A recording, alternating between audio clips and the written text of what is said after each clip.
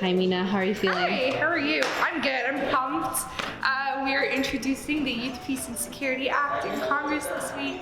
Congresswoman Grace Meng, Susan Brooks, and then Congressmen Dean Phillips and John Curtis are co-sponsoring the Youth, Peace and Security Act. So it's really exciting to see a bipartisan initiative go through that's going to engage young people at top level security decision making. So.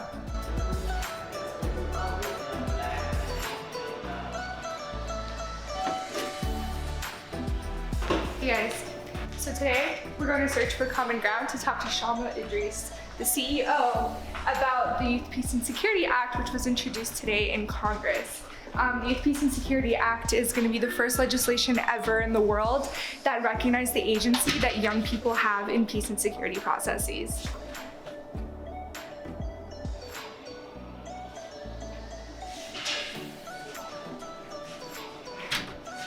Hi Shamil, how are you? Mena. How are you? Very nice to see you. Welcome. Thank you so much. Great to have you. You're coming right back this way? Okay, great. It's beautiful. I know. Great. Thank you. This one, I think This the place is lights weird. Yeah. The lights off so it doesn't. The lighting's Yeah, okay. it still looks fine. Yeah.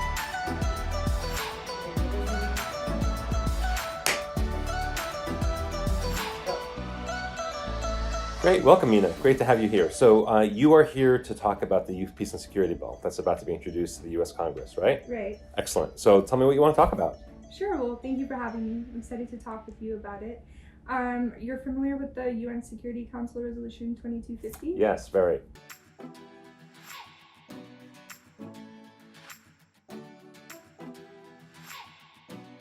So in 2015, the United Nations thought it was important to recognize the agency that youth have in peace and security processes around the world. Because in 2014, actually, the world youth population rose to 1.8 billion, which is the largest to ever have existed. Yeah. And fun fact, a lot of those youth live in conflict zones. In Afghanistan, the youth population is around 60%. In Sudan, it rises up to nearly 70%. So the United States thought to build upon this momentum globally and establish a U.S. policy for meaningfully including young people in peace and security processes. So the Youth, Peace and Security Act is going to establish a U.S. policy to, one, meaningfully include young people in peace and security processes that the U.S. spearheads around the world, and two, also support youth programming on the ground.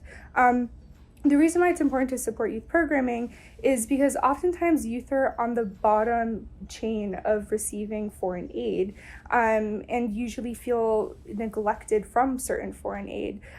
So we really wanted to fill that gap because often youth programs function on between $5,000 to $10,000 a year. So it's a very modest cost, and it would be a very cost-effective way for the U.S. to support peace-building function abroad. Yeah, absolutely. No, we're very excited about it. SEARCH has offices in 28 countries. We've got nearly 800 staff and hundreds more volunteers and partners. But I think over all the work that we've done in peace building over nearly 40 years now, one of the areas that we've seen across all cultures, religions, races, geographies that is really critically important is to really support youth peace building. It's hard to generalize about any population across all those differences. Right. But I think oftentimes you can generalize about young people, that there are a couple things about young people that make them oftentimes some of the most effective peace builders. And oftentimes when you dig below sort of social change movements, you'll find at the genesis, youth activism. And I think one of the aspects is that young people oftentimes find it very hard to accept the divisions that are sort of handed down to them by older generations. Right.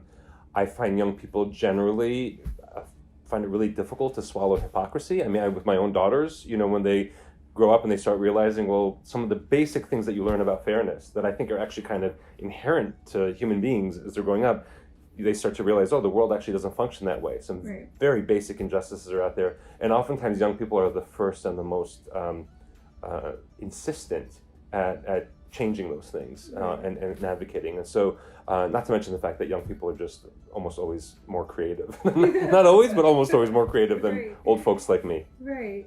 Well, I wouldn't call you old, but as I'm getting As the leaders of one of the largest peace building organizations in the world, what do you think youth have brought to your organization, and what do you think youth have contributed to the work that you're doing to prevent violent conflict?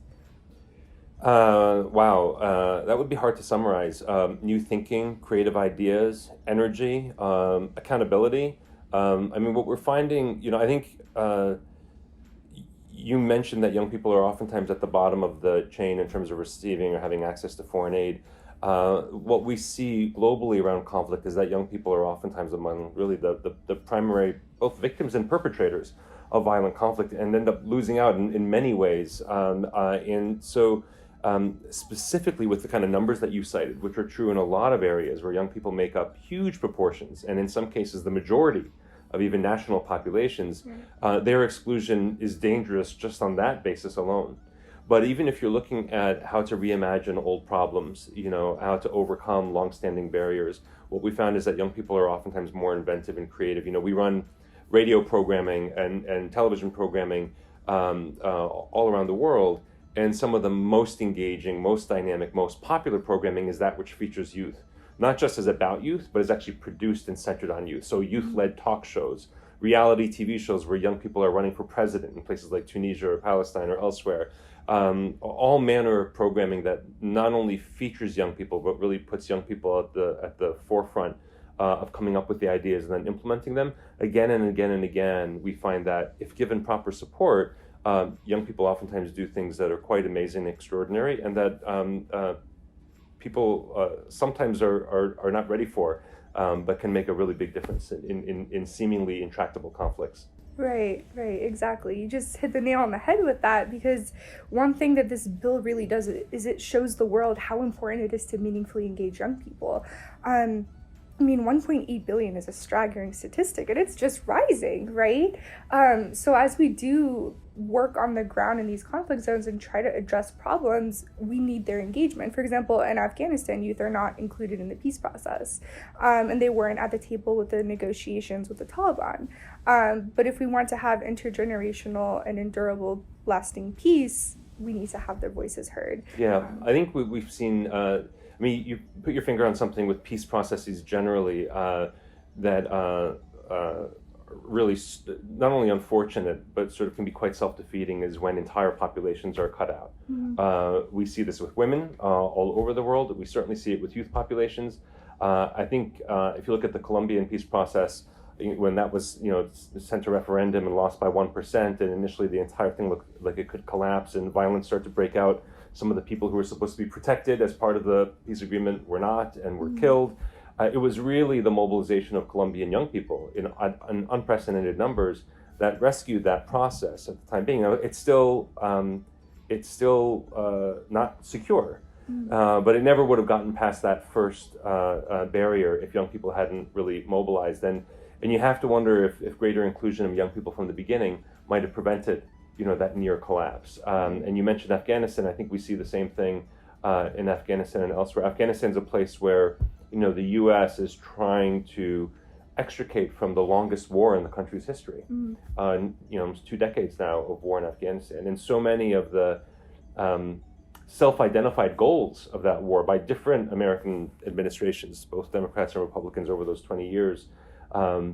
To reduce the level of opium production, to prevent the killing of Afghan, civilians, to reduce the impact of the Taliban. So many of these things simply have not happened, or the measures of them are even worse than when the war began. Right. And so now, as you're looking at, how is Afghanistan going to move forward? It's hard to imagine moving forward sustainably and successfully without direct engagement of that 60% of the population, right. That's so critical. So yes, we see this need and the lack of inclusion in many of the places where we work. Right, exactly. And oftentimes it's the way we think about young people, and the way I think foreign governments think about young people as almost like a danger, right? So when people hear the 1.8 billion, they're like, oh my God, how do we control this? How do we make sure young people don't become violent extremists? But I think the reality is that if you engage them meaningfully from the beginning, they're going to be peaceful actors for change. as a young person myself who's been doing peace building work my whole life, it's so exciting to see this, right? It's like finally people are hearing my voice. They think it's important. They think my peers and I's work is important, and that makes me feel motivated and recognized and engaged in a way that I don't think a lot of people have made me feel. So it's super, super exciting to see this come out. That's great to hear. Yeah. That's great to hear. Yeah. Yeah. And I mean, one question for you is, to me, when I think of a youth peace builder, I think of myself, but I also think of my idols, right? Like Malala Yousafzai or Greta Thunberg, like these young people who are just taking the global stage and shaking what's going on in foreign policy. So to kind of switch to the tables, who's your youth peace building celebrity favorite? Oh, wow. Good question. Well, honestly, I mean, truthfully, I think pretty much if you go on down the list of the icons that I really look up to, they all took their biggest steps towards peace-building activism before the age of 30. The big icons that people oftentimes hear about, largely men from the previous generation, Gandhi and Martin Luther King and Mandela. Gandhi established the Indian National Congress in South Africa when he was 24.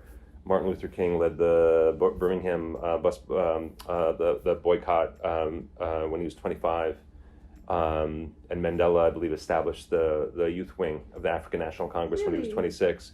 The two people you just mentioned, Malala and Greta, I think they were both 15 when they, Malala, when she became a target for advocating for universal education for girls, was targeted at the age of 15 and persevered after that, and I think was still the youngest Nobel Peace Prize winner.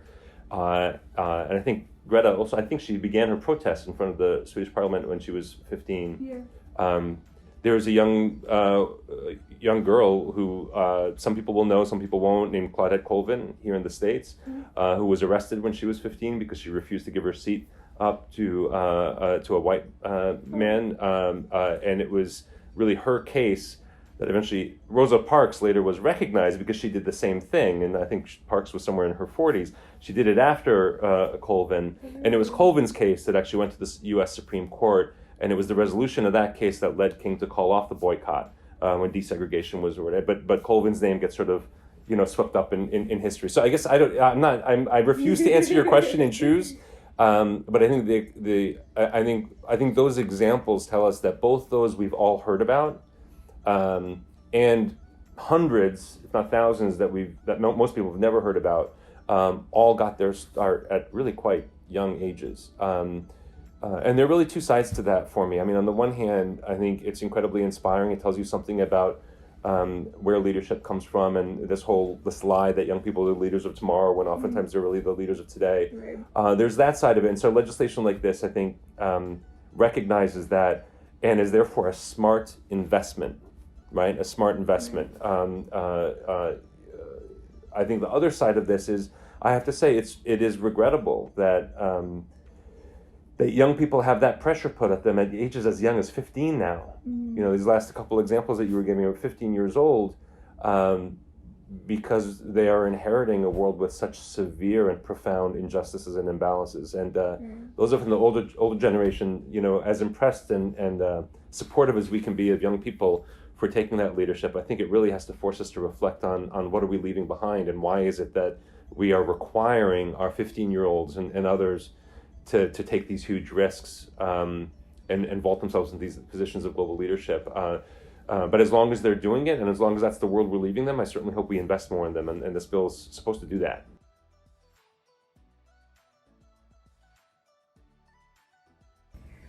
So the Youth Peace and Security Act does a number of things. First, it establishes a U.S. policy to meaningfully engage young people in top-level security decision-making. So it establishes a Youth Advisory Council, which brings in youth from the U.S. and around the world to advise USAID and the government on different decisions, on security decisions around the world, and really takes their perspective into account. Second, it creates a Youth Peace and Security Fund, which will support youth programming. It's going to be based at USAID, so it will support youth programming in development and peace and security. Third, it creates an interagency strategy to make sure that we are fulfilling the mandate of meaningfully including young people. So that's going to require support from USAID, the State Department, the administration, basically the entire U.S. government.